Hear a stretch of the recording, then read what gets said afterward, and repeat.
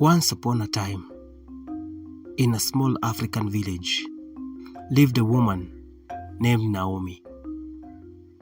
She was a devout and God-fearing woman known throughout the village for her faith in God.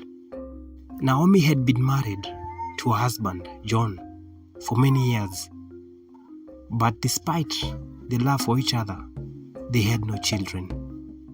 Naomi prayed every day for a child, believing that God would bless her in His own time. But as the years went by, John's patience began to wear thin. His mother, who was deeply concerned about their childless marriage, began to pressurize him to take another wife. "John, you need an heir," his mother would insist. "Naomi is a good woman, but perhaps it's time to think of your future. You need to find a woman who can give you children." John resisted at first, not wanting to hurt Naomi, whom he still cared for deeply. But as more time passed without a child, he finally gave in to his mother's demands. One day, after a particularly heated discussion with his mother, John made a harsh decision. He would ask Naomi to leave the main house and move into the small, rundown kitchen hut at the edge of their compound.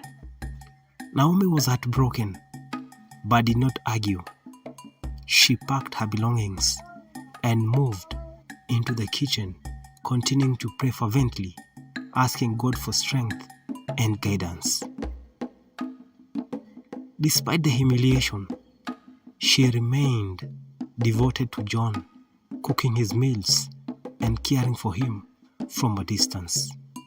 But John was determined to push Naomi out of his life completely so he could remarry. He told her one day that he was going to travel for business and handed her the key to the main house, knowing she would hide it under a rock outside the compound, as she always did.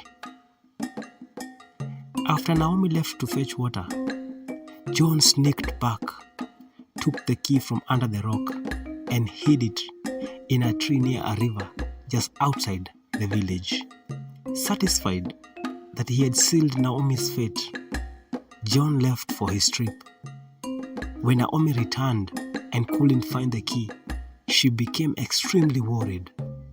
She searched everywhere, but the key was gone. Naomi, devastated, concluded that when John returned, he would chase her away for good.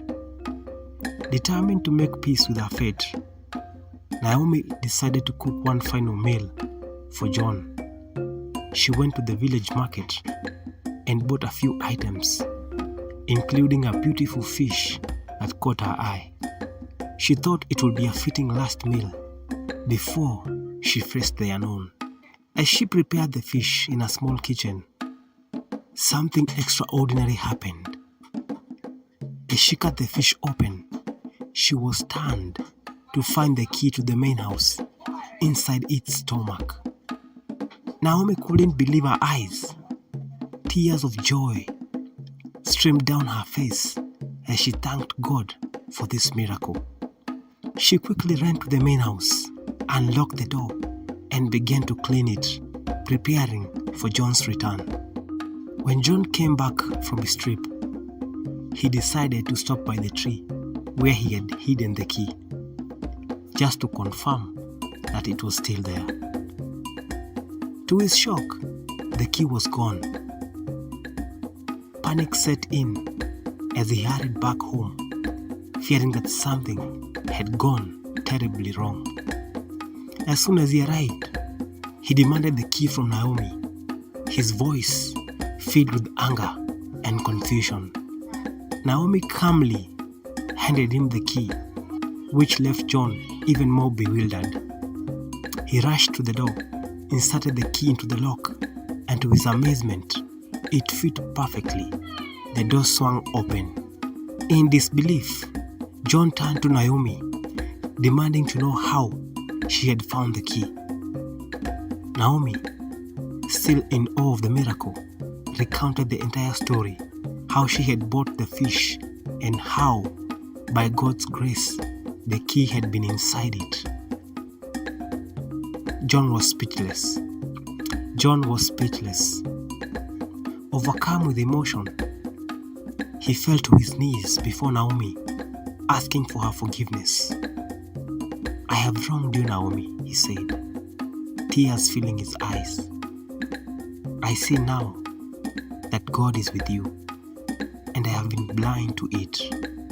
Please forgive me, and let us start afresh." Naomi, with her heart full of love and forgiveness, helped John to his feet. They embraced, and from that moment on, John vowed to change his ways. He began to attend church regularly, eventually becoming born again, his faith reignited by the miraculous events. A few months later, Naomi discovered she was pregnant. The news filled their home with joy, and when the baby was born, healthy and strong, John knew that their prayers had truly been answered. They named their child Naya, meaning purpose, as a reminder of God's divine plan for their lives. Naomi and John lived happily ever after, their home filled with love, faith, and the laughter of their long-awaited child. Their story became a legend in the village, a testament to the power of faith, forgiveness, and the miracles that can happen when one's trust in God remains unshaken.